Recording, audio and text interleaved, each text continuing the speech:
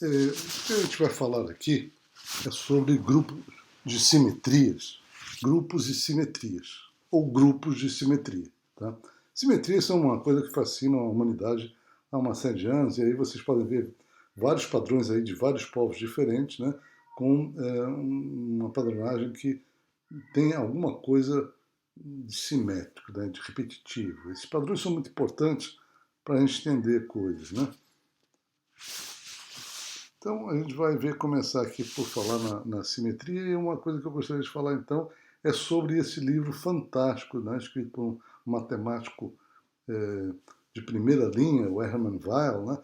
Ele deu contribuições muito substantivas, né, a uma série de áreas de matemática e que tiveram consequências bastante importantes, tanto em mecânica quântica como relatividade geral, e até ele começou ali o que viria a ser conhecido como teorias de gauge e que deram depois origem às teorias de cordas, supercordas, etc.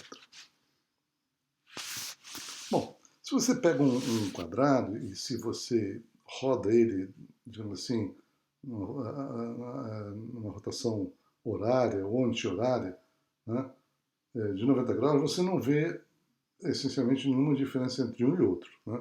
Mas se você rodar ele por 45 graus, você chega numa outra situação que você reconhece como diferente. Né? Na outra você não vê diferença nenhuma. Tá?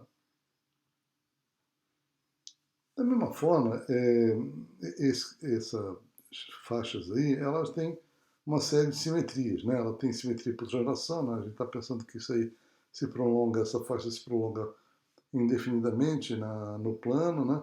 E, portanto, você pode escorregar ela para a esquerda, para a direita, tá? Ou então você pode colocar um espelho aí no meio, tá? Na vertical, de um lado, do outro, parece a mesma coisa. Se você também espelhar ela através de uma linha central ali, um espelho ali na linha central, refletido para cima e para baixo, também vai dar a mesma coisa. Então, tem uma série de simetrias aí nesse negócio. Então, a gente pode ver que esses movimentos que a gente realiza, tá, com esses objetos, né, e permanece a mesma coisa, né, eles medem quando. Eles são uma medida, são um jeito da gente medir a simetria. Tá? É essa coisa visual que a gente vê. Tá? A gente percebe, digamos assim. Tá? E esse aqui, quais simetrias ele tem? Tá? E esse outro daqui? A gente vê alguma. Se a gente ficar rodando aí com alguns ângulos aí também vai dar certo. Mas será que tem outras? E esse daí, ainda mais, né? Bom, vamos olhar aqui o pentágono. Ele é um pentágono regular, né? Todos os lados e ângulos, todos os laterais, né? As arestas e os ângulos são os mesmos, né? E procuramos descobrir que movimentos podem ser realizados sobre o pentágono da forma que não percebamos que houve movimento. Isso é, queremos descobrir as suas simetrias. Tá? Então aí, para facilitar, vamos considerar que ele tem centro na origem e os vértices coloridos de diferentes formas, né? Para a gente ver que ele está se movimentando, mas a gente sabe que aquelas cores ali não fazem parte do pentágono. Né? Então a gente tem ali a primeira bolinha vermelha ali em cima, depois ela dá uma deslocada para a esquerda. Né? Essa deslocada é através de uma rotação do ângulo 2π sobre 5 no sentido anti-horário. Tá? E uma rotação dessa natureza, ela é escrita, tá? Porque o centro é na origem e tudo mais, né? É escrita como uma matriz, né? Matriz de rotação, né? Que está daí cosseno θ, seno θ, menos seno θ, cosseno θ. Tá? Essa é a matriz que faz esse movimento, né? De 2π de ângulo θ. Tá? E, portanto, você vai vendo que você vai fazendo, vai repetindo essa rotação, né? Aí você obtém a bolinha lá no canto inferior esquerdo, depois no canto inferior direito, depois mais ali para a direita, né? Dependendo do ângulo, né? A partir daquele inicial da bolinha lá em cima, né? Para você chegar na última, no último petágono que tem a bolinha vermelha, você tem que rodar por um ângulo de 4 vezes 2π sobre 5, tá? Ou então você rodar, né, 4 vezes, né, por ângulo de 2π sobre 5. Você roda uma vez, depois roda de novo, depois continua rodando, etc. Né? Pois bem. Então, as rotações são isso. Note que essas rotações mantêm inalterada a visualização do pentágono regular. Essas rotações revelam algumas das simetrias do pentágono. As rotações têm propriedades interessantes, né? Você vê aí que quando R de θ, né, quando θ é zero, você tem aí cosseno de zero, seno de... Então fica aí a matriz identidade, 1, 0, 0, 0, 1. Tá? E ela tem ainda mais essa propriedade muito interessante, que é bastante razoável, que é expressa por essa igualdade. Né? Se você rodar por um ângulo θ2, né? E depois rodar por um ângulo θ1, que corresponde a essa produto aí, Rθ1 vezes Rθ2, né? Apesar do R1 aparecer, R de θ1 aparecer antes, e o Rθ2 aparecer depois, mas na verdade, quando você vai fazer a rotação, você está começando primeiro é assim que funciona com matriz e as transformações. Você primeiro aplica, porque você vai multiplicar por um vetor aí na direita dessa matriz de Rθ2, né, um vetor lá em R2, aí você vai multiplicar e depois é que você vai multiplicar pela Rθ1. Muito bem, mas de uma forma a gente sabe que geometricamente isso aqui é igual a você rodar direto por um ângulo de θ1 mais θ2. Tá? Você pega o objeto e roda por um ângulo de θ1 mais θ2, é a mesma coisa que você dividir isso entre duas etapas, digamos assim. Rodar primeiro em θ2 e rodar depois em θ1. Tá? Pois bem, mas a matriz quando é de rotação de ângulo θ, né, é cosseno θ, etc. Né? E, portanto, a de θ1 mais θ2 vai ser a mesma coisa. Você cosseno de θ1 mais θ2, seno de θ1 mais θ2, menos seno de θ1 mais θ2, etc. Isso é um jeito. Mas a gente também sabe multiplicar matrizes. Tá? Então, quando a gente multiplica a matriz do Rθ1 vezes o Rθ2, o que vai acontecer é que você vai conseguir aí essas fórmulas aí que a gente sabe, né? Seno A, cosseno B. Né? Na minha terra tem palmeiras, onde canta o sabiá. Seno A, cosseno B, cosseno A, né? Que é a fórmula da soma, do seno da soma. Tá? Além disso, a inversa da matriz R de θ é qual? É R de menos θ. Tá? E dá para ver por quê. Porque quando você aplicar uma seguida da outra, o θ1 vai ser θ e o θ2 vai ser menos θ, então vai dar a soma de θ com menos θ vai dar zero. Né? E aí você obtém ali a matriz que é a R0, que é a identidade. Né? Ou seja, em símbolos, R de θ a menos 1 é igual a R de menos θ. Tá? E você também pode observar que, então, a inversa, né, é a transposta. Né? Porque a matriz de R de menos θ, né, olhando lá para cima para a matriz de Rθ, você vê o seguinte, como é que vai ser a matriz de R de menos θ? É só substituir lá na matriz o θ por menos θ. Então vai dar cosseno de θ, porque cosseno de θ é igual a cosseno de menos θ. E lá onde tem o seno de θ, que você vai substituir o θ por menos θ, vai passar a ser menos seno de θ. Tá? E lá em cima, onde tem menos seno de θ, vai passar a ser seno de θ. E no cosseno embaixo vai continuar a mesma coisa. Então, você vê que o menos seno que estava em cima passou para baixo, né? E o que estava, o seno de θ passou para cima, então é a transposta. Então, a inversa é a transposta. Okay? E se a inversa de uma matriz é transposta, significa que ela é uma matriz ortogonal, porque a matriz ortogonal é aquela que ela vezes a transposta e a transposta vezes ela é igual à identidade.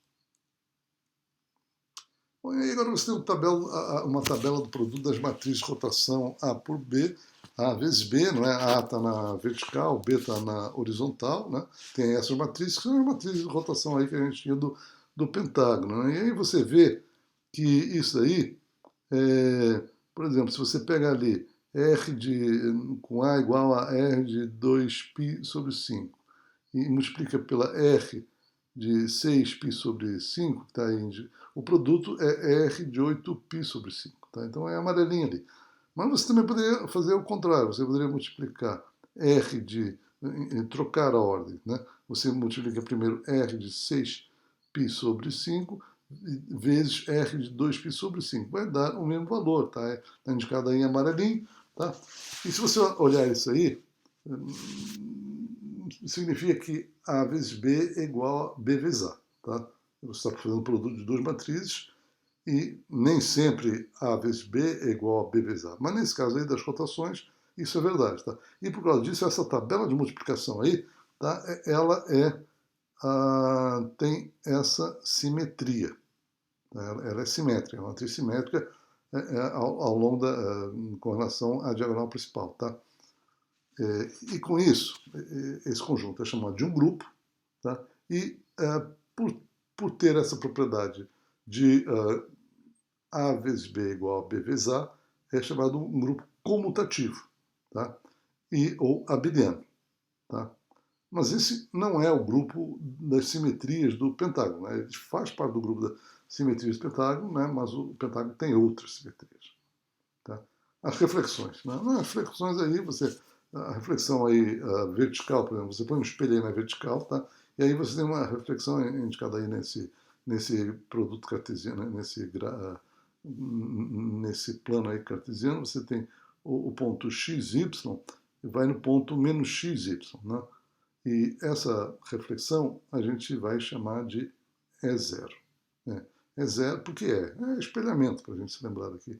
Tipo, tem um espelho ali, tá? Então, E de E0 aplicado no vetor xy, como está indicado aí na equação, dá menos xy. Tá? Mas isso pode ser representado pelo produto da matriz menos 1, 0, 0, 1, multiplicado pelo vetor xy. Tá? Vai dar exatamente menos xy. Tá? Então, ou seja, a matriz desse espelhamento é menos 1, 1. 0, 0. Ok, mas ele tem outras reflexões que também são que também existem aí. Tá? Por exemplo, você pode fazer. A gente fez ali uma reflexão com relação ao eixo vertical, mas você pode pegar um eixo aí começando num dos vértices, né? E indo em direção de forma perpendicular uma aresta oposta, uma aresta oposta, né? E aí também você pode ver que ele tem essa simetria, né? Você passa para um lado, para o outro, espelhando aí, você não vê nenhuma diferença no pentágono. Então, esses espelhamentos também fazem parte do grupo de simetrias do pentágono regular. Tá? Mas como é que a gente pode escrever essa simetria, esse espelhamento aí? A gente pode, usando as rotações e o espelhamento básico que a gente está considerando aqui como sendo o vertical. Tá? Você faz o seguinte, ó, vamos ver assim, por exemplo, esse espelhamento aí com relação ao eixo que está aí num ângulo fazendo 2π sobre 5 positivo na direção anti-horária com relação ao eixo vertical. Tá? Primeira coisa para você fazer a reflexão, você pode fazer o seguinte: bom, antes de fazer a reflexão, eu vou rodar ele para a posição vertical. Então eu faço isso com uma rotação de ângulo menos 2π sobre 5, tá? Como está indicado aí nessa produto de matrizes. Tá? Depois você faz o espelhamento. E agora você roda de volta, tá?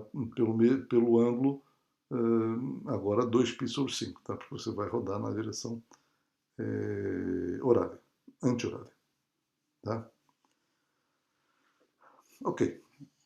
Então, há um ângulo de rotação nessa representação aí, por causa, nós estamos usando senos e cossenos, e os senos e cossenos têm periodicidade de 2π, tá? Você pode trocar o ângulo θ por θ mais 2π, ou θ menos 2π, ou θ mais 4π, etc. Tá?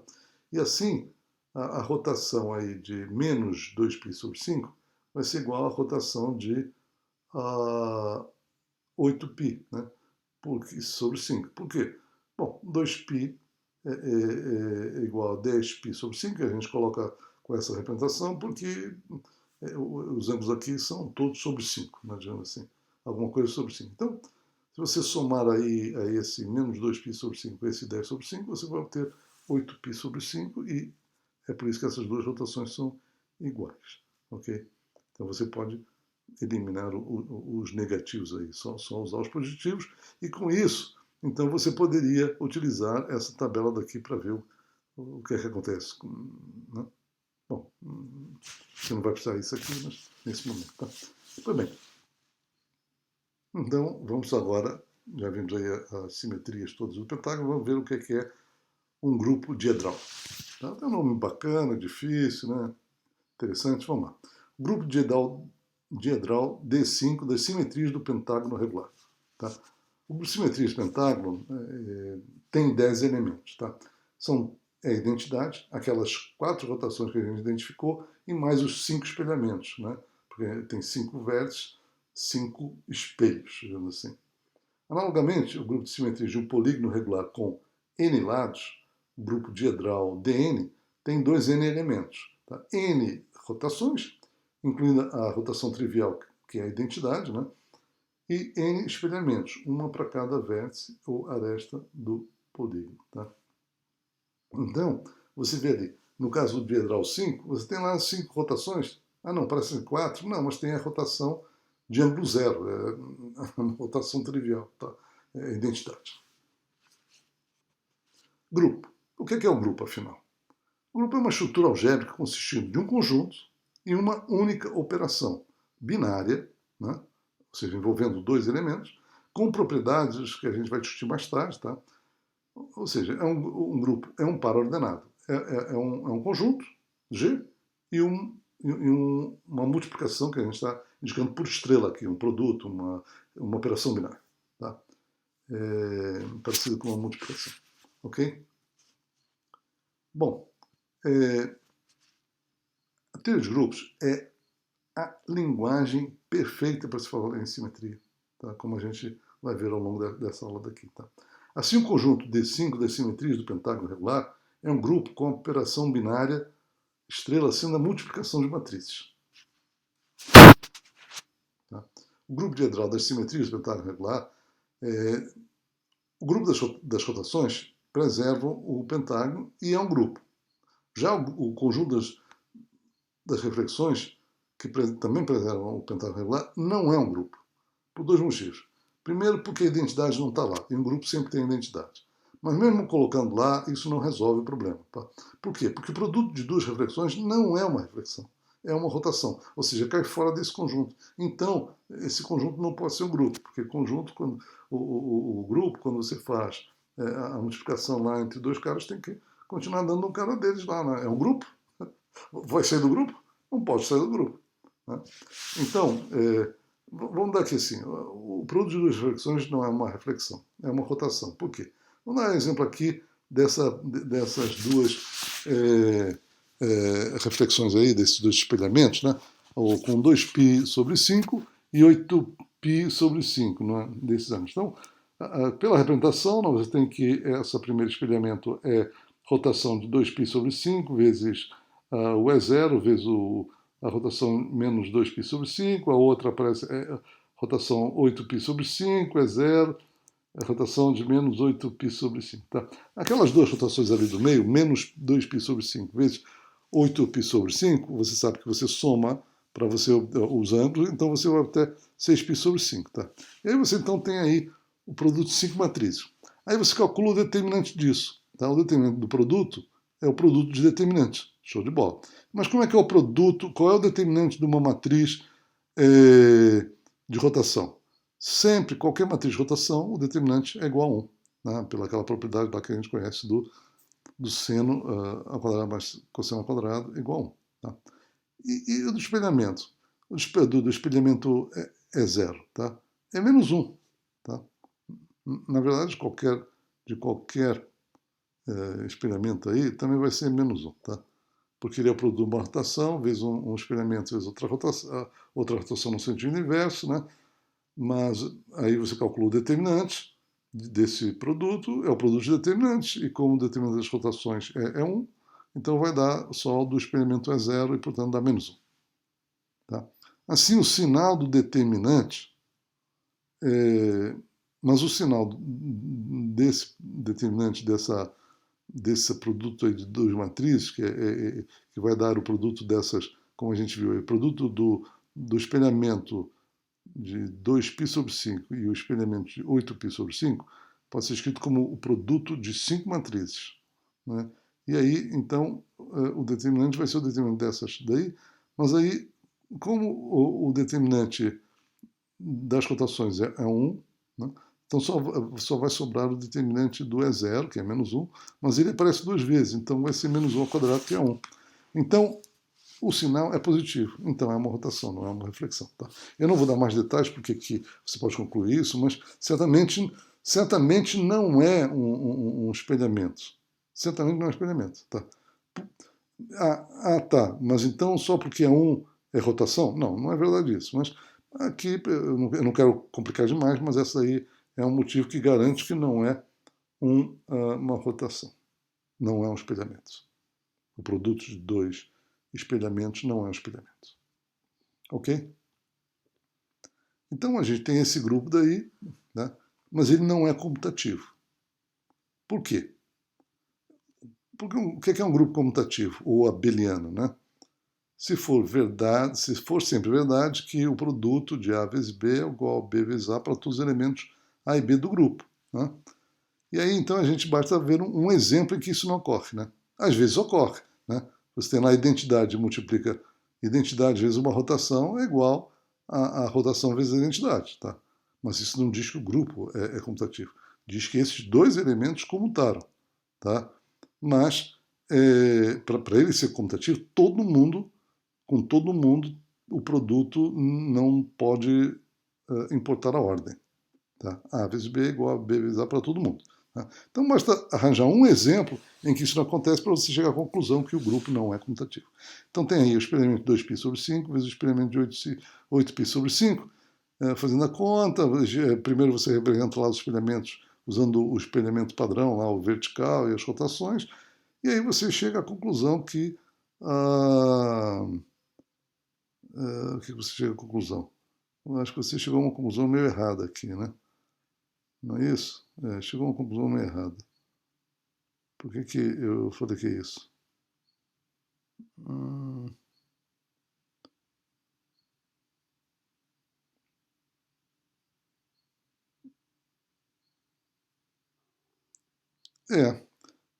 tem alguma coisa errada aqui, mas aí depois vocês veem aí como corrigir isso, para chegar à conclusão que um não é igual ao outro.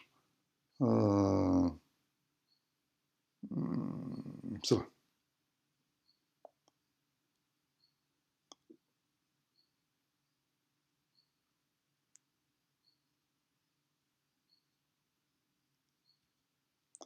Bom, como fazer essa conta do jeito geométrico? Tá. Não, veja bem, agora me lembrei aqui. Eu dei a resposta, eu só não justifiquei aí como é que dei a resposta. A resposta está correta. Tá? R de a rotação, essa produto desses experimentos daí vai dar a rotação de menos 2π sobre 5, que portanto é igual à rotação de 8π sobre 5. E a de baixo vai dar rotação de 2π sobre 5. São diferentes. E eu vou mostrar aqui como é que a gente faz essa conta, tá? Geometricamente. Na verdade, eu vou mostrar de duas formas. Uma é usando aqui geometricamente. Tá? Como é que vocês poderiam fazer? Tá? Vocês poderiam realmente, você tem todas essas matrizes, tá? É uma contaria monstruosa, tá? Mas é possível fazer e você iria chegar à conclusão, né, que o resultado é esse mesmo. Tá? Não vale a pena porque tem um jeito geométrico mais simples, né? E aí, nesse caso aqui, é interessante você pensar geometricamente. Tá? Então, como fazer a conta em jeito geométrico? Tá? Bom, você tem lá que você escreveu aquele produto como aquelas 5 produtos de matriz ali, não é? R de 2π sobre 5 é 0, etc., até R menos 8π sobre 5. Então a gente sabe que a gente pode ir fazendo isso por etapas, e começando pela etapa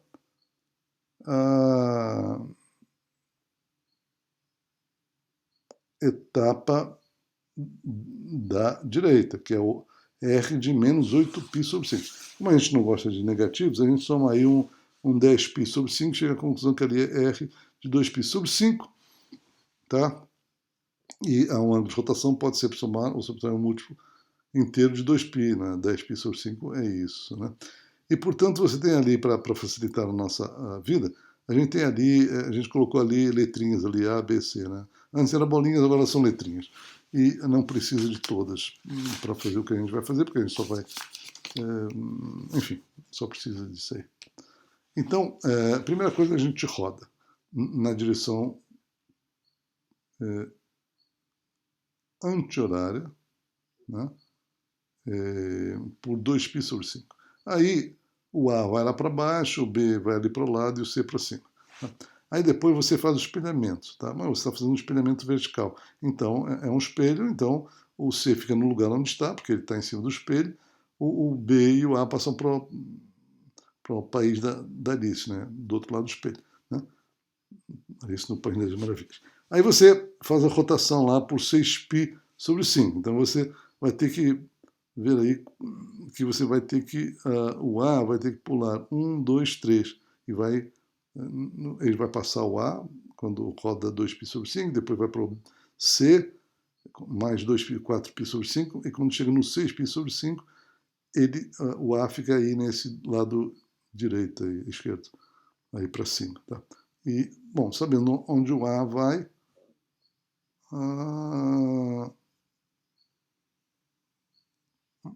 os outros vão estar na frente dele, digamos assim, na direção da rotação. Então, o B vai lá para baixo, o C também lá do lado, no canto inferior direito. Tá? Aí você faz o espelhamento, a mesma coisa. Agora, ninguém está em cima do eixo, então todo mundo muda de lugar. Né? O B troca com o C e o A vai para uma casa que não estava ocupada por ninguém. Agora você faz a rotação. Então, pronto, você chegou ali na rotação. Né? E agora você só precisa ver que rotação é essa. Né? Final. Essa rotação daí, veja bem, é só pegar, você só tem que comparar o início lá no canto, na esquerda, com esse aí, com o resultado na direita. Tá? E você vê que basta rodar o pentágono original, né, por um ângulo de menos 2π sobre 5, que, ou seja, no sentido horário, no ângulo de 2π sobre 5, portanto, significa menos 2π sobre 5. E, portanto, esse é o resultado, tá? Desse produto desses espelhamentos aí. Mas a gente também pode fazer isso usando variável complexa, de uma forma muito interessante. Então, como eu não tenho certeza se vocês se lembram de variável complexa, lá, que vocês aprenderam no ensino médio, ou sei lá onde, em equações diferenciais e tal, vou lembrar aqui rapidamente. Né? Aqui, o número complexo pode ser escrito como z igual a mais ib, e você pode aumentar ele no plano. Tá? O A fica no eixo do x e o B no eixo dos y. Né? O I é um número imaginário puro, tal que I ao quadrado é igual a menos 1, e a multiplicação dos números complexos é simplesmente de dois números complexos, né? A Z1 vezes Z2, que é o Z1 é A1 mais IB1 e o Z2 é A2 mais IB2. Como é que a gente faz? A gente simplesmente distribui essas somas aí e os produtos, tá? E usa a propriedade que I ao quadrado é igual a menos 1. Tá? E depois, então, você faz isso, aí você agrupa o pessoal que tem o I e o pessoal que não tem o I, você obtém essa fórmula daí linda, esquisita, mas perfeita. Mas nos complexos tem uma operação interessante, que é o complexo conjugado, Z barra, né? Que você pega e troca o I, o mais I, por menos I. Né? Isso aí é correspondente, assim, no plano cartesiano, a um espelhamento, o nosso espelhamento vertical. Né? Que você pega lá o A. Não. É um experimento com relação a um eixo horizontal, que está ali no plano cartesiano de cima. Tá? O Z vai para Z barra, né? E descendo do primeiro quadrante para o terceiro quadrante. Né? Ele vai de A mais IB para A menos IB ali para baixo. Ok? E, portanto, usando isso, né, você vê que se você agora... o Z barra está ali embaixo. Aí, se você multiplicar por menos, ele vai para o terceiro quadrante, tá? Ou seja, se você fez o complexo conjugado, ele desce para o quarto quadrante, e quando você multiplica por -1, ele vai para o terceiro quadrante. Então, o resultado é que a operação que faz menos e barra leva um ponto do primeiro quadrante para um ponto no terceiro quadrante. Tá? Já as rotações por ângulo θ são dadas pela multiplicação por E e θ, né? E usando aquela famosa fórmula que E e θ é igual a cosseno θ mais I seno θ. Tá? Então, qualquer número complexo também pode ser escrito como R vezes E e θ. Tá? O raio, digamos assim, a distância que está à origem, que é raiz quadrada de A2 mais B2, e o θ, que é o ângulo que isso faz com a horizontal, né? Que é dado por arctangente de B sobre A. Tá? É tipo coordenadas polares. Tá? Então, com isso aí, a gente consegue fazer isso aqui, né? Descobrir quanto é que é o espelhamento de 2π sobre 5 vezes o espelhamento de 8π sobre 5. Tá? Como é que a gente faz isso? Olha, você tem que o espelhamento tem todas essas rotações aí e o espelhamento vertical. A gente já sabe como fazer o espelhamento vertical no número complexo, é menos E barra. E a rotação a gente também já sabe, é I θ. Tá?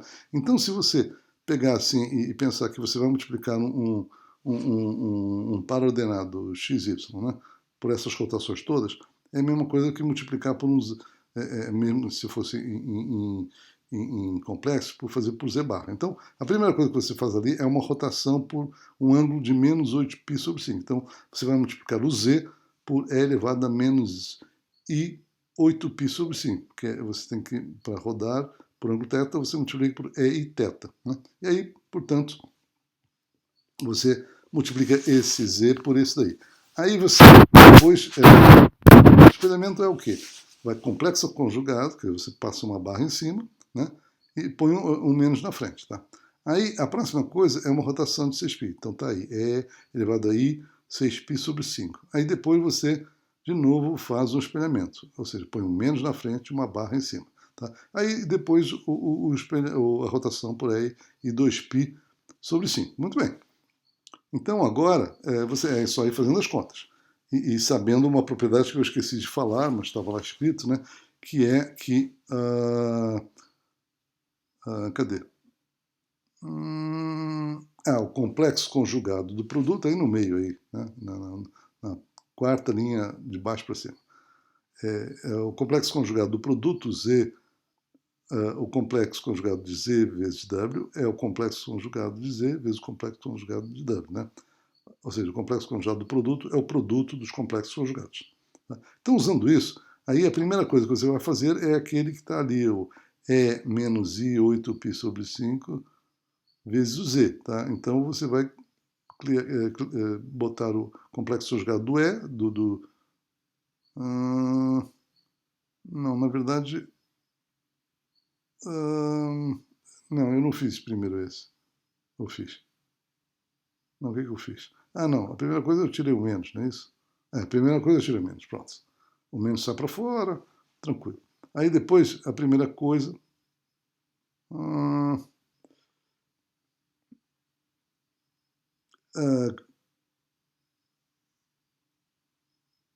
eu acho que eu esqueci aí alguma coisa. Eu esqueci aí a barra. Não esqueci. Não esqueci não. É porque o complexo conjugado do complexo conjugado é ele próprio. É uma propriedadezinha que eu não coloquei, mas é simples. Então, quando você faz o complexo conjugado, a barrona aí, tá? Tem dois caras ali.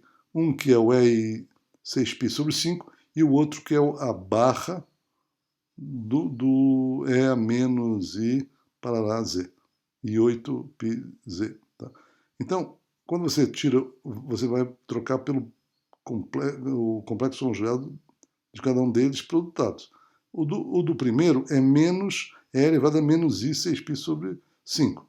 E o do segundo é uma barra da barra, é o conjugado do conjugado. E, portanto, é o próprio cara. Então aparece ali o EI 8π sobre 5Z. Bom, agora você soma todos os ângulos, tá?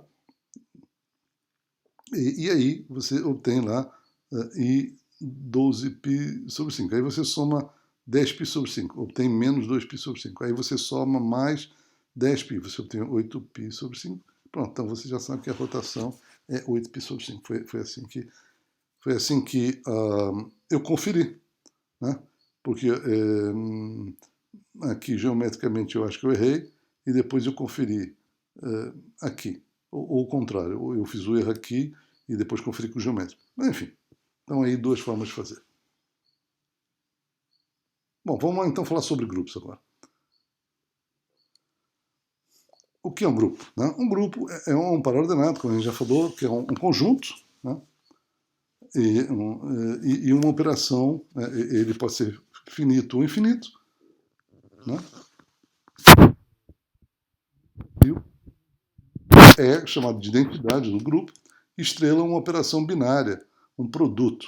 Ou seja, estrela é uma função de g vezes g em g, que pega G1 em G2 e leva em G1 vezes G2. Mas, com a seguinte propriedade, tá? A associatividade. Para todos os G3, se você fizer a operação de G1 vezes G2 e depois multiplicar por G3, é a mesma coisa do que multiplicar primeiro o G2 e G3 e depois pré-multiplicar isso por G1. Tá? O elemento de identidade é que G vezes E vai ser igual a E vezes G e sempre vai ser igual a G. Ou seja, a identidade não altera quando o produto é o outro, não mexe no outro. Né? O inverso do elemento. Para todo elemento G, existe um elemento G em Gzão, denotado por G a menos 1 e chamado de inverso de G, tal que quando você faz o produto de um lado ou do outro, vai dar a identidade. Okay? Isso é um grupo. Um grupo, como a gente já falou, é comutativo ou abeliano se para todos os caras G1, G2, G1 vezes G2 é igual a G2 vezes G1. Tá? E o inverso de um elemento pode ser ele próprio, né? Às vezes acontece. Tá? Por exemplo, o inverso da identidade sempre é a identidade. Tá? Quer dizer, o inverso da identidade é a identidade. Tá? Por quê? Porque a identidade vezes ela dá ela mesma. Porque ela, né, ela com qualquer outro cara dá o outro cara, então ela vezes ela mesma vai dar ela mesma, né, que é o outro. Tá? Mas às vezes tem outros que também a inversão é ele próprio. Tá? É um exemplo simples, né, que é o espelhamento, né, espelhamento vertical. Né? Qual é o inverso do espelhamento? É ele mesmo. Tá? Você aplica ele e depois aplica ele de novo, o mesmo espelhamento, então você vai voltar à situação original e, portanto, você tem uma identidade aí. Você vai ter um resultado como identidade, tá? Ou seja, o inverso do espelhamento é ele próprio. Então, em retrospectiva, é o grupo de Edralcin. Tá? Ele tem, é um grupo de simetrias de uma figura geométrica, né? Com 10 elementos, com 5 rotações, incluindo a rotação por ângulo zero, o elemento de identidade do grupo e 5 espelhamentos. Ele tem um subgrupo. O que é um subgrupo? É um subconjunto do grupo que ele próprio é um grupo, com a mesma operação binária. Né? Então, em particular, quando você fizer produtos dos elementos desse subgrupo, né, não pode cair fora desse subgrupo, né? Não pode ir para um outro elemento do grupo. Tá? Então, no caso do grupo de Edral, o grupo as rotações é um subgrupo. Né? As rotações por múltiplos de 2π sobre 5 é um subgrupo. Né? Mas ele não é apesar das rotações formarem um grupo abeliano, né? As rotações comutam, ou seja, se eu rodo por um ângulo alfa e depois por um ângulo beta, é a mesma coisa do que rodar por um ângulo beta e depois rodar pelo ângulo alfa. Né? Isso é comutativo. Tá? O subgrupo é abeliano, mas o D5 não é abeliano. Né? Agora, nós não fizemos a tabela de multiplicação do grupo D5. Tá? A gente fez tabelas. Quando é que você pode fazer tabelas? Quando o grupo tem um número finito de elementos. Né? Nós só fizemos do subgrupo de rotações, aquela tabela lá. Tá? Mas também a tabela muito grande também já começa a complicar, nem eu consigo colocar aí na transparência a tabela do grupo de multiplicação do D5, tá?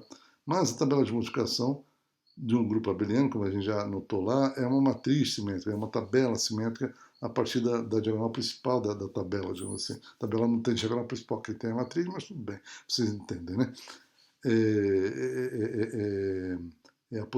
As posições na tabela, né, que tem mesma a profundidade e mesma lateralidade, digamos assim, tá? É o I e o J lá da tabela. A tabela das rotações do pentágono é simétrico, mas a do D5 não é, exatamente porque o D5 não é um grupo comutativo, por causa que a gente já viu lá isso antes. Um exemplo. Bom, exemplo simples de um grupo. A soma vale para ser a operação do grupo? Vale, tá? Conjunto de números inteiros, Z, com a operação soma, é um grupo comutativo, Z mais, né? O elemento de idade é o zero, o inverso, aí é o inverso aditivo, não é multiplicativo, porque é a operação de soma, de um elemento, Z é menos Z. Exemplos muito semelhantes é o conjunto dos números reais com a soma, o conjunto dos números racionais, as frações, com a soma, né? Conjunto das matrizes retangulares ou quadradas, né? M por N, né? Com a soma, tudo isso são grupos e todos eles são grupos comutativos, né?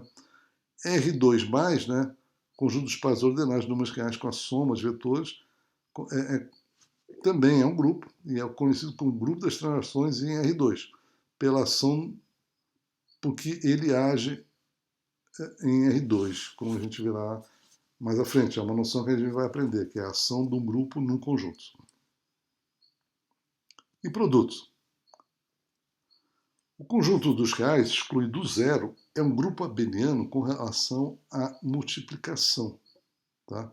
Então você tem R menos zero com a cruzinha ali, ou com o xizinho, ou com o pontinho. Né? O elemento de identidade é 1. Né? O inverso multiplicativo de um elemento Z é denotado por 1 sobre Z. Aí está escrito que pertence a Z, mas não pertence a Z, não. Pertence a R. Né? Ou por Z a menos 1. Tá? Por convenção, normalmente não se escreve A vezes B, nem A.B, mas simplesmente AB. Isso não é só para os reais, mas também para qualquer grupo. Né? A gente tem usado aí o asterisco, ou a cruz, ou o xizinho, mas é porque a gente está aprendendo aqui. Mas depois a gente não usa, né? Enfim, não se usa. Faz só a justa posição, né? A gente entende que isso é um produto, tá?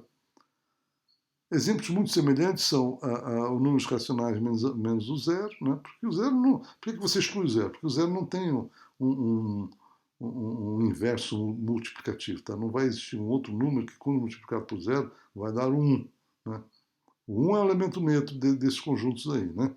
É o elemento neutro, é o elemento chamado identidade, né? E aí tem algum número que, quando multiplicado por zero, vai dar 1? Não tem. Então, pronto, tem que excluir para aí vira um grupo. Tá? E as matrizes?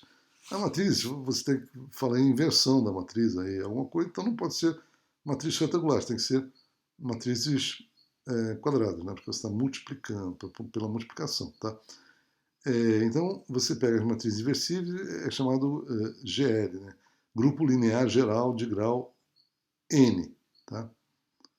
E não é um grupo abeliano, a não ser que seja o G1 de L. Mas quem é o G1 de L? É o próprio número reais, menos a origem. Tá? O resto é tudo não comutativo. Um grupo especial, as rotações em R2. O grupo das rotações em R2, tá? Como a gente já viu, as matrizes de rotação são dessa forma, seno θ, menos seno θ com seno θ, produto θ. Né? Então, é um conjunto com infinitos elementos. Tá? Geometricamente, esse conjunto é como se fosse uma circunferência dentro do conjunto das matrizes 2x2 inversíveis. Né? Por que isso? Vamos lá ver. Vamos pegar aqui a circunferência, né, de centro zero e na origem e raio 1, tá, em R2. Tá? X1 ao quadrado mais x2 ao quadrado é igual. Tá? Aí a gente vai pegar a função, um mapeamento do S1 dentro do grupo das matrizes 2 por 2. Tá? Você vai pegar o x, que está no S1, e vai construir uma matriz M de x, que é dada, os vetores aqui são verticais, então o x ocupa ali a primeira coluna da matriz MX, e na segunda coluna você tem XPEP. Quem é XPEP? É esse cara obtido trocando a ordem das entradas do X, né? E trocando o sinal da segunda entrada, né? Quando ela entra na primeira, né? É menos x2 vezes x1. Tá? E esse é um vetor perpendicular a x1, x2, né? Porque o produto escalar aí vai dar zero. Né? E no caso de usar senos e cossenos para representar o cara lá do S1, né? Porque ele é um vetor de norma 1, você pode usar senos e cossenos, então o x vai ser o cosseno, θ seno θ, e o xPep vai ser o menos seno θ cosseno θ, e portanto essa matriz aí xPep, né, essa m de x, vai ser uma matriz cheia de senos e cossenos. Maravilha, a gente reconhece. É o quê? É a matriz de rotação. Então, isso é um mapeamento que pega um vetor x e leva numa rotação, tá? Dentro do conjunto das matrizes. Tá? Agora, geometricamente, essas rotações aí, porque isso aí é o conjunto, esse é o grupo das rotações, né? R2, né? É o R de θ para tudo θ pertencente a zero até 2π aberto. Poderia ser fechado também, mas só não faz diferença. Né? É como se fosse uma circunferência dentro do conjunto das matrizes, 2 por 2. Estou afirmando isso de novo, né? Explicando isso. Tá? No conjunto das matrizes, a norma euclidiana de uma matriz A qualquer é simplesmente elevar todas as entradas ao quadrado e somá-las todas e tirar a raiz quadrada disso. Tá? Então aí você tem A11 ao quadrado, que é o primeiro elemento lá em cima, depois o elemento embaixo dessa primeira coluna é A21, não é? Você leva ao quadrado e por aí vai. Tá? Assim, essa chamada norma euclidiana, acho que é de Frobenius também, esqueci agora. E aí, você, então, como a matriz m de x é r de θ, é uma rotação, então você sabe quais são as entradas, é cosseno θ, seno θ, não sei o quê. Aí você vê que a norma dessa matriz aí é raiz de 2. Tá? Ou seja, você pegou lá uma circunferência de raio 1, né? E levou em alguma coisa que todos os caras estão distando raiz de 2 da origem, da matriz nula. Né? Ok? Então, cada ponto é ampliado por um fator de raiz de 2, né? Quando é jogado no grupo das matrizes inversíveis 2 por 2. Tá? Mas será que entortou nessa jogada aí, nessa mapeada, nessa transformada, nessa funcionada, nessa algoritmizada do S1 para dentro do grupo linear geral 2, quando você pega essa circunferência, será que ela é entortada com uma borda de um anel? Né? De fato, não. Né? Dentro desse conjunto de matrizes há um plano, um subespaço de dimensão 2, que contém a matriz de rotação. Tá? Por quê? Porque R de θ é cosseno θ, para não sei o quê, mas eu posso escrevê-la com cosseno de θ vezes a matriz de identidade, mais seno de θ vezes essa matriz aí, 0, 0, 1, menos 1, 0. Tá? Então você está vendo que é uma combinação linear de duas matrizes. Né? Quais são os coeficientes da combinação linear? Cosseno θ, seno θ. Tá? Então, você pode considerar o plano gerado por essa matriz, a identidade, pela essa outra matriz 0, 1, menos 1, 0, e você chega à conclusão que a matriz R de θ é um dos elementos desse plano daí, porque ele pode ser escrito como uma combinação linear desses dois vetores que geram o plano. Ok? Então, geometricamente, R 2 de θ é uma circunferência dentro do conjunto das matrizes, né? Teria que fazer uma continha a mais aí para ver isso mesmo, mas isso aí já está de bom tamanho, né?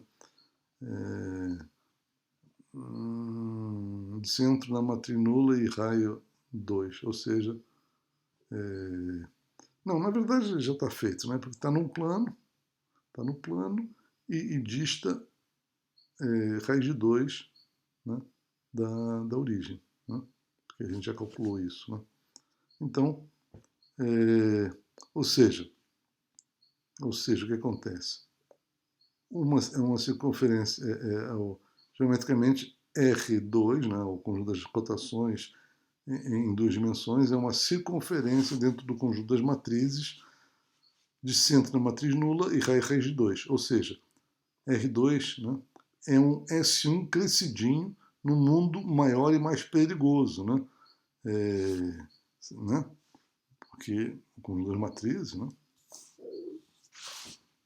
Então agora vamos ver a questão da ação de grupo em um conjunto. Uma ideia muito interessante, tá? Muito importante, tá?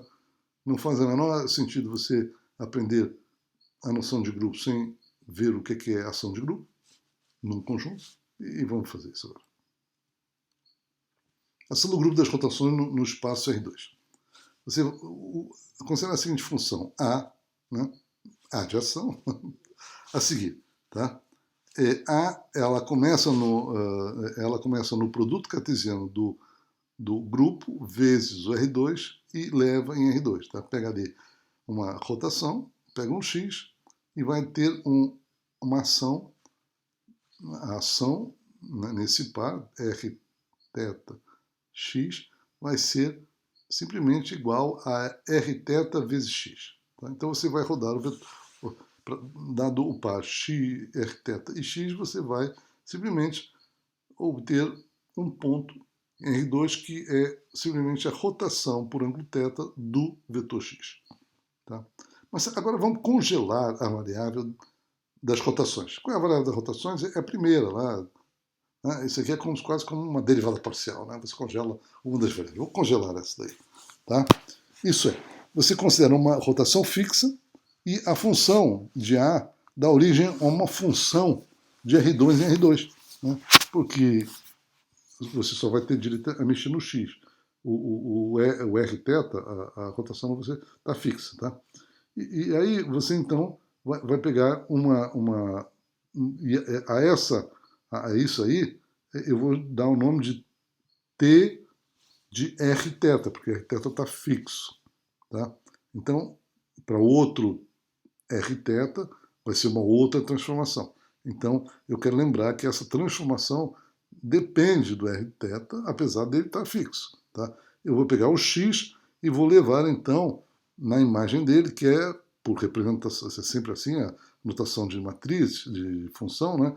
Eu vou levar em t de Rθx, né? Que vai ser simplesmente, que é a ação do Rθ no x, né? Mas qual é a ação do Rθ no x? É simplesmente rodar por ângulo θ o x. Tá? Então é isso. Eu tinha uma ação, e com a ação eu, ao congelar a variável das rotações, obtive uma transformação de um conjunto nele próprio. E essa vai ser uma transformação inversível. Tá? Uma ação de grupo atuando em um conjunto, quando congelado o elemento de grupo, sempre dá uma função bijetora, injetora e subjetora desse conjunto nele mesmo, portanto, inversível. Isso é sempre. Mas então, o que é uma ação? A gente já está falando aqui ação, mas a gente não sabe o que é uma ação de um grupo em um conjunto. Tá? Uma ação de um grupo em um conjunto, né? G, vírgula, estrela, em um conjunto C, é uma função, né? A do produto cartesiano de G por C em C, né? Essa é a função, assim, com essa. Tem o domínio, tem o contradomínio, né? É isso que está falando aí nessa primeira equação aí. Né? Mas ela não é qualquer função, ela tem que satisfazer algumas propriedades. Né? Uma é da identidade, né? Que é o seguinte: quando você calcula a ação na identidade do grupo e num elemento qualquer, C, isso vai dar a identidade C, ou seja, vai dar C. Tá? E tem a questão da compatibilidade também. Se você faz a ação de G1 vezes G2 em C, isso vai ser a mesma coisa do que você fazer primeiro a ação de G2 em C, A de G2 em C, aí depois você fazer a ação do G1 nesse A de G2C. Tá? Essa é a compatibilidade. Tá? É como a gente já conhecia no caso da rotação. Né? Você roda com um ângulo e depois com outro, é a mesma coisa do que somar os ângulos e rodar tudo de uma vez. Tá? Então aqui é a mesma coisa. Né? A ação olhando da direita, né, para a esquerda, nessa equação de compatibilidade aí, o que é que ela diz? Bom, eu agi no C com o elemento G2. Aí depois eu agi no resultado, quando eu ajo no C com o G2, eu tenho um novo elemento do conjunto C. Aí eu vou agir com o G1. Tá? Então, nesse novo elemento, então vai dar um outro novo elemento. Tá? Isso é a mesma coisa do que eu agir, né, no elemento C com o produto dos elementos do grupo, G1 vezes G2. No caso da ação das rotações, fixado um elemento do grupo G, a ação define uma função objetora, né, uma transformação de C em C denotada por T de G, né, definida por T de G de C em C, que pegam o C e devem TG de C, que é a ação do G sobre o C. A propriedade de identidade, da identidade, o que vai falar? Vai falar que quando o T de E do elemento identidade vai ser a função identidade de C. Tá? É isso que ele está dizendo. Né? Por quê? Porque é isso que você pediu. Né? A de EC é igual a C. Tá? É uma propriedade do que é uma função ser uma ação. Tá? E a propriedade de compatibilidade, o que ela provoca nisso? Ela provoca que o produto do. O que ela provoca a gente já viu pela definição dela, em termos da ação. Mas o que provoca em termos das transformações que você tem de C em C, construídas se você tiver a ação. Tá? Qual é o efeito nas transformações? Tá? Essa conta aqui embaixo, tá, é um passo, né, mas a gente pode olhar o início e o fim. Né? Ela diz o seguinte, ó, essa transformação associada ao produto do G1 com G2 é igual à composição das transformações T de 1 composta com T de 2. Tá? E aí vai a par e passo mostrando isso. Tá? Primeiro, usa o que significa essa transformação. Essa transformação é definida pela ação. Tá? Aí na ação, como é um produto, usa a compatibilidade, que é a segunda igualdade aí. Tá? Aí depois você diz, bom, mas o que é essa ação em termos da transformação? A primeira aí. É o T de 1 aplicado nesse cara. E o que é a ação aí? Vamos escrever em termos da transformação. É o T de 2. Mas o que é isso aí? É T1, T de 1, T de 2, C. Isso é T de 1 composta com T de 2, C. Então isso está dizendo que o produto no grupo é levado no composição das transformações. Ok? Aqui a gente tem uma coisa que é, você tem a ação e você tem as transformações do grupo, do conjunto no conjunto. Ou você também pode pensar ao contrário, você tem as transformações do conjunto no conjunto, os T's, e aí você constrói a ação. Né? Vamos ver uns exemplos? Bom, o grupo GL2. O que é o grupo GL2? Grupo linear geral em R2. Né? Das matrizes inversíveis, ele age em R2, né? Simplesmente usando a multiplicação da matriz pelo x. Tá? Agora, o conjunto M2 por 2, das matrizes 2 por 2, não é um grupo quando você considera a multiplicação de matrizes. Tá? Mas, mesmo assim, tem uma função que é essencialmente idêntica, né? Com R2, não, com essa daí, né? Mas não é uma ação. Né? Eu vou chamar de A também, mas não é uma ação. Por quê? porque o M22 não é um grupo. Tá? Mas você tem ali, pega uma matriz Q, X e um vetor X, você leva em Q vezes o X. Tá? Mesma coisa, mas não é a mesma coisa. O grupo das translações T2 em R2. Que grupo é esse? Ele é R2+, como já foi falado lá atrás, né? É o grupo das translações em R2. E age em R2, gerando as transformações de R2 em R2, chamadas de translações. Tá? Dado o vetor V em R2, define-se a transformação de translação em R2, denotada por T de V, dada por eu pego um elemento de R2, X, e levo em outro elemento de R2, né, que é T, que é TV de X, que é o quê? Simplesmente somar V mais X, né? Somar ao X o V. Tá? Essa é a chamada translação. Quando você faz isso, os pontos de R2 são todos transladados por V. Tá? Associada a essas transformações, então temos a ação de T2 em R2, né? Que pega V e X e leva em V mais X. Tá? É a mesma coisa, só que o TV, o V está fixo. No A, tanto o V quanto o X variam. Tá? Isometrias. Isometria significa iso mais metria, isto é, mesma, iso, mesma, metria, medição. Em R2, uma isometria é uma função bijetora que preserva a distância entre pontos. Isto é, se notarmos por F uma isometria em R2, então a distância de F de x a F de y vai ser igual à distância que o x tinha do y. Tá? Ou seja, você transformou o x e o y em F de x e em F de y, mas você transformou de tal forma que a distância permaneceu. Tá? Para todos os pares de pontos x e y em R2. Tá? As isometrias em R2 são constituídas de rotações, espelhamentos e translações. Tá? Isso é um teorema um pouco mais complicado, né? Não é tão simples assim demonstrar, possível demonstrar, mas usando o cálculo, mas não é tão simples.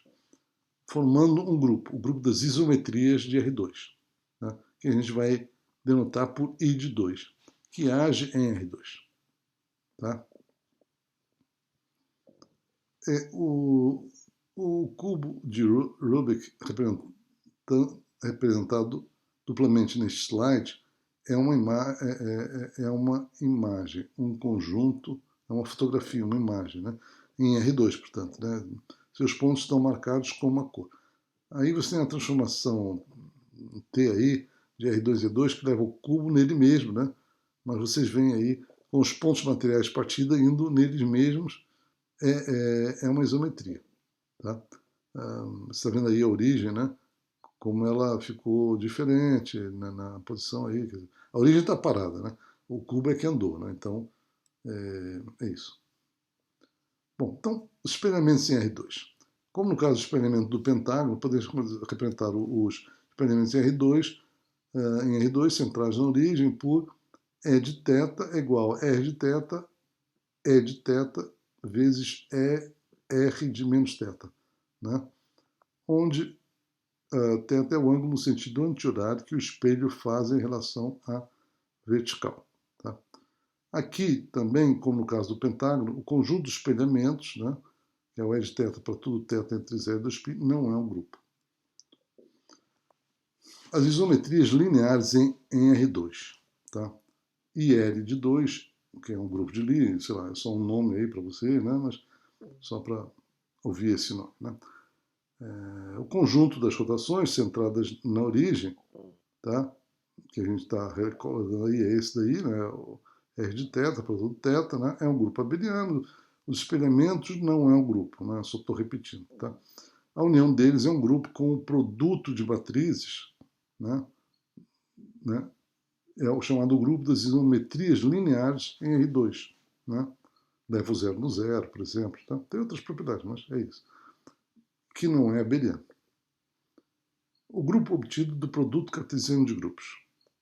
Quando você pega o produto cartesiano do grupo das translações com o grupo das isometrias lineares em R2, tá? Você faz esse produto cartesiano. Né? tem a seguinte operação binária, produto dados dois elementos, U, G e V, H, então, usando a multiplicação fator a fator, digamos, denotada por estrela, dada por U, G vezes V, H, sendo U mais V na primeira componente, o vetor com o vetor de translação, e o G com o H multiplicado, produto de matrizes. Tá? Mas essa não é a multiplicação que nos interessa. E o grupo das isometrias em R2 e de 2 é mais interessante e misterioso por causa da multiplicação estrela do grupo, que é mais esquisita. Continuamos com a questão de multiplicar esses pontos UG e VW, mas o seu produto vai ser U mais GV, vírgula, G vezes H. Tá? Esquisito, né? O G vezes H continua a mesma coisa, a primeira componente aqui foi modificada para, em vez de ser U mais V, passou a ser U mais GV. Esquisito, mas tudo bem. O grupo das isometrias, né, a gente vai então denotar por um produto cartesiano com um tiozinho em cima, né? Então é chamado um produto cartesiano semidireto, né? Entre o grupo das translações e o grupo das isometrias lineares em R2, em que a operação binária de multiplicação do grupo é dada como dito anteriormente, né? Só estou repetindo aqui. Por quê? A motivação é a ação desses grupos em R2. Tá? Uma ação de I, né, dá origem a transformações de R2 em R2. Dado o vetor U pertencente a R2 e uma matriz de isometria, G, a transformação isométrica em R2, denotada por T de U, G, é definida como T de U, G no X é U mais GX. Tá? Você podia perguntar, por que você não soma primeiro o U com o X e depois aplica o G? Tá? Não é porque não é interessante. Tá? Assim é mais interessante. Tá? Poderia também ser, mas assim é mais bacaninha. Tá? Associada a essas transformações, temos a ação de IL em R2, né? Que pega o G em X e leva em U mais GX. É a mesma coisa. Tá? Só que agora eu deixo o G variar à vontade. E em cima o G está fixo. Porque o produto no grupo é daquele jeito semidireto. A motivação é da ação desses grupos em R2. Tá? Como A de UGX é U mais GX, aplica a parte. O que isso aí faz? Ele aplica a parte linear antes e depois translada, né, pelo U. Né? Aplica G no X, depois translada por U. Né? Pela compatibilidade de ações da ação, você tem que A de UG vezes VH de X é A de UG, vírgula, A de VH de X. Então vamos pegar o lado direito aí e vamos calcular. Tá? Eu tenho que A de UG, A de VHX. Né? Vamos calcular usando a ação que a gente tem lá. Né? U mais A de UGX é U mais GX. Tá? Então, ali a primeira que você vai fazer é A de VHX. Isso é V mais HX. Tá? E aí, então, agora você vai aplicar o G. Aí o que você faz? Você põe U e multiplica o G pelo X que tem lá, mas o X que tem lá é V mais HX. Então vai ficar U mais G vezes V mais HX. Aí vai ficar G vezes V mais G vezes H. Tá? E, portanto, aí você vê que U mais GV é um vetor. E depois você tem GHX. Tá? Então, isso aí é como se fosse A desse vetor U mais GV, vírgula GH. Tá? Aqui eu fiz bobagem. Não, tá certo. Não, eu fiz bobagem. Não, tá certo. Tá certo. Não, eu fiz bobagem. Por quê? Porque deveria estar invertido aqui aqui no final, o U, o A, eu coloquei o X na frente, o que é U mais GV, e o GH. Deveria ser GH, vírgula, U mais GV. Né? Porque primeiro é o elemento do grupo. Ah, não, é porque isso aqui não está aparecendo direito, não está certo. É porque cortou aqui, é que depois desse GH tem o X. Tá? Então, você tem, aqui você tem U, G e você tem o vetor, tem um par aqui, que é o vetor, o GH, que é o elemento do grupo, e depois tem o X, que não está aparecendo aqui na transparência. Uma ação de de 2 em R2 das isometrias dá origem a transformações, né, isometrias, de R2 em R2. Né? Isso é só uma recordação. Dado V, né, em R2 em uma matriz de isometria linear G, a transformação isométrica em R2, denotada por T de VG, é definida por T de...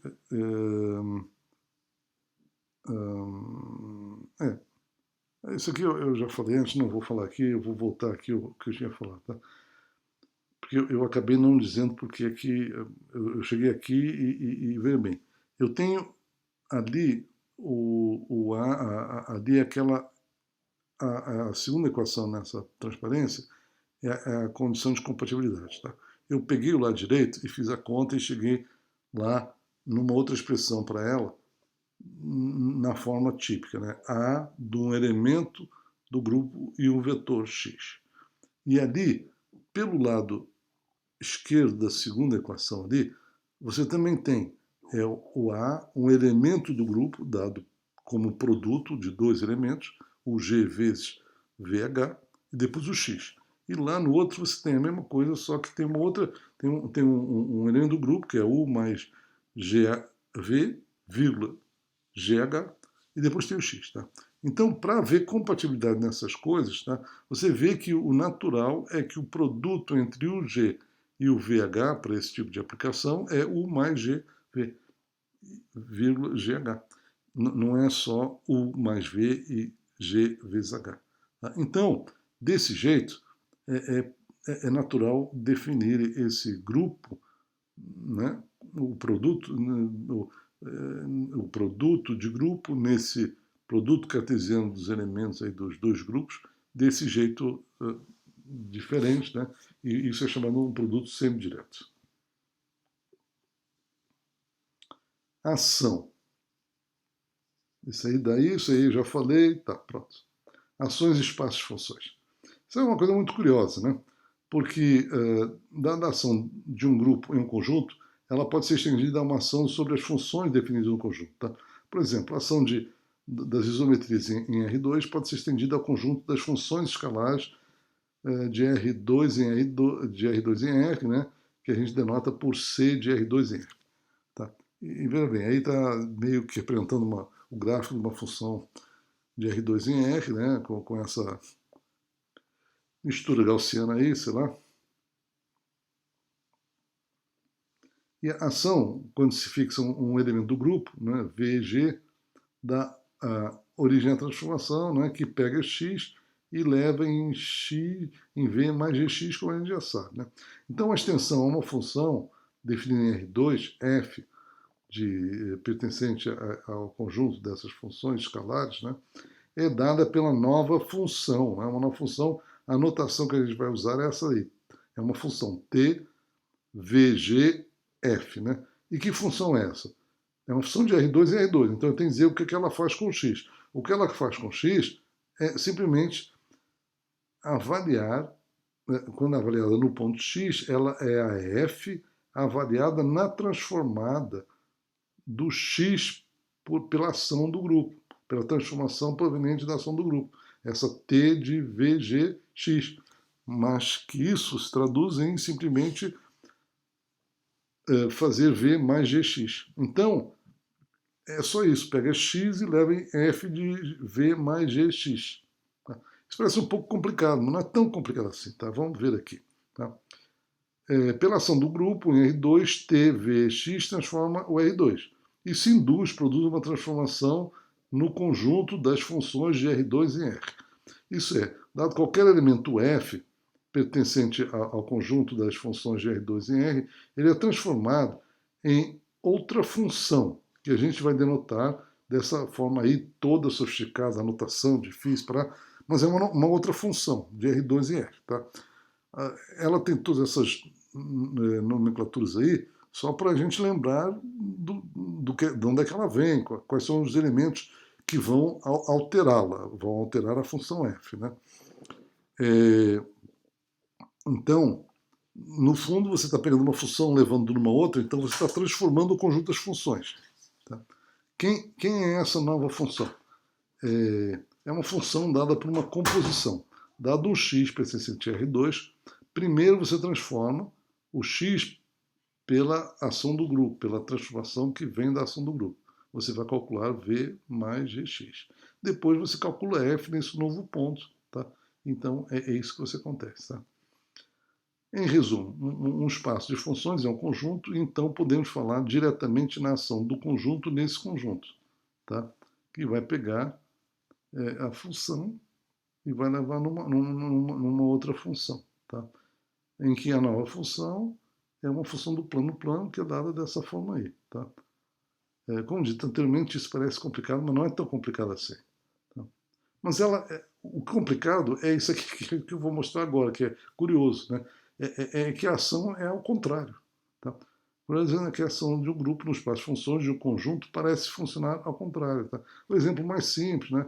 E que ocorre quando consideramos a equação, por exemplo, x2 mais y2 igual a 1, e x mais 2 ao quadrado mais y menos 1 ao quadrado igual a 1. Tá? Ao olharmos, isso aqui não é exatamente um exemplo do que eu estou falando, mas é mais ou menos. Tá? Ao olharmos, vemos aí um vetor 2 menos 1, mas a circunferência é transladada pelo negativo daquele vetor, menos 2, 1. Tá? Aparece 2 menos 1, translada por menos 2, 1. Tá? A mesma coisa acontece com funções gaussianas, né, com funções. Por exemplo, a gaussiana em sua mente. A distribuição normal, padrão em R, a gaussiana padrão, tem densidade de probabilidade dada por ρ de x igual a 1 sobre raiz de 2π, exponencial de menos 1 meio de x2. Tá? Quando se tem uma média, x igual a x estrela igual a 19, uma variância sigma 2, então a densidade da probabilidade é escrita como x tem a normal 19 de sigma 2, é a ρ de x, né, dessa variável aleatória daí, 1 sobre raiz de 2π sigma, a exponencial de meio x menos 19 ao quadrado sobre sigma 2. Aí você vê o menos ali aparecendo. Tá? É uma translação, né, mas o cara jogou lá para 19. A média está lá em 19. Novamente, a ação do grupo de translações em R parece funcionar ao contrário, no espaço de funções definidas em R. Ao olharmos, vemos uma translação em R por menos x estrela, que é igual a menos 19. Mas o gráfico é transladado por x igual a 9. E não é só em R. Em R2 a ação, translação também é ao contrário. Tá? É a mesma coisa. Tá? Você, aqui, se você pegar f de x mais v, né? Aí você, na verdade, você translada para menos v. Tá? Você está vendo ali a origem, 0, o vetor menos v está indicado aí por amarelo, tá? O v é na outra direção. E não é só translação, a rotação também, a ação é ao contrário. Tá? Você faz uma rotação por ângulo positivo, tá?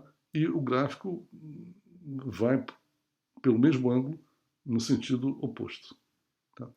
Bom, vamos entender melhor essa questão. Na verdade, a definição de ação de grupo que apresentamos, em que a propriedade de compatibilidade é A de G1 vezes G2 igual a vírgula C igual a de G1 aplicado em A de G2C, é chamada de ação à esquerda.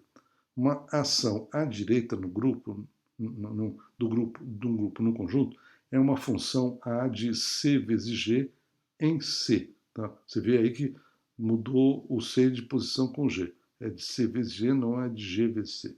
Tá? em que a probabilidade de compatibilidade é o seguinte: A de C G1 G2 é A de C G1, né, vírgula G2.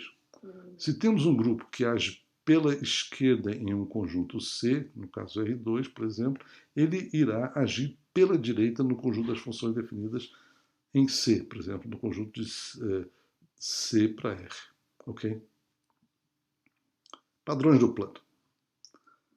Simetrias e ações em padrões do plano. Figuras coloridas no plano podem ser entendidas como funções vetoriais definidas no plano. Tá? Você tem de R2 para 0, 1, né? No sistema RGB, Red, Green and Blue, né? Para cada um do 0, 1, né? Intensidade nula e máxima intensidade, né? em 1. Né? E são três funções, na verdade é uma função de R2 para R3, né? Ou seja, são três funções escalares. Tá? Assim, a ação de grupos em R2 provocam também uma ação no espaço dos padrões, tá? Porque um padrão pode ser pensado então como uma função assim, tá? Nas funções I de R2 em 0. Tá? Captar a essência das simetrias no padrão no plano é determinar o grupo de simetrias que, ao agir no plano, provoca uma ação no padrão e não o altera. Retiramos que uma ação de um grupo em um conjunto, por exemplo, R2, promove uma ação ao contrário no conjunto das funções.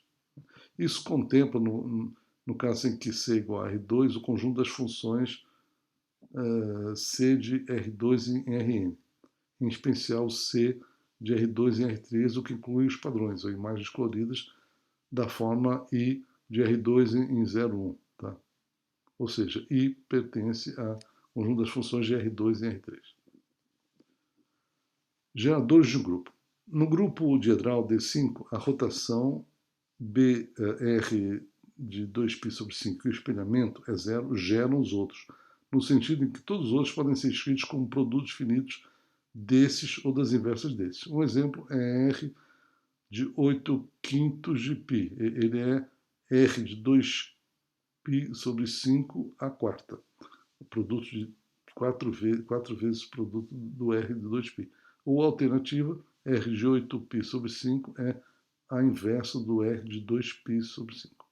Quando isso acontece, usamos a notação que D5 é igual a brackets, colchetes, dos geradores. Tá? Conveniente, basta descobrir os geradores do grupo, não precisamos listar todos os elementos. Isso lembra o conceito de base de um espaço vetorial ou de um alfabeto para uma língua. Exemplos de padrões, geradores em padrões no plano. Tá? O grupo do quadrado é o grupo diedral D0, gerado pela rotação de 2 de π sobre 2 e pelo espelhamento é 0. Tá? Aqui, a simetria por ilimitadas translações horizontais, aqui não é possível falar em geradores, mas a translação T de 1, 0 está lá dentro, bem como os espelhamentos vertical e horizontal. O grupo denotado por G, F da figura, mais seria o T do alfa, do A pertencente a R, para todo o R, unido com os espelhamentos verticais e horizontais. Aqui não há espelhamento que preserve o padrão, tá? Como a gente pode verificar aí, tá? A única coisa que acontece tem aí esse V, né? Que se você fizer a translação, você permanece, então o grupo desse cara daí é o grupo das translações geradas por esse vetor V indicado na figura. Aqui a rosácea preta é o grupo diedral D7. E o da rosácea vermelha são só as rotações geradas pela rotação de 2π sobre 16. Né? O grupo de 12 rotações no plano. Tem um errinho ali, tá?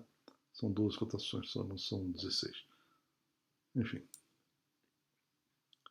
E, bom, quais seriam as simetrias desse aí? Fica aí para vocês pensarem. Grupo de simetrias. Quais geradores? Bom, adquirimos uma linguagem básica para tratar de simetria. Essa linguagem é a teoria de grupos e suas ações. Simetrias são padrões bastante relevantes. Essa linguagem tem impacto, pelo menos, em computação gráfica, visão computacional, processamento de imagens e em aprendizado de máquinas.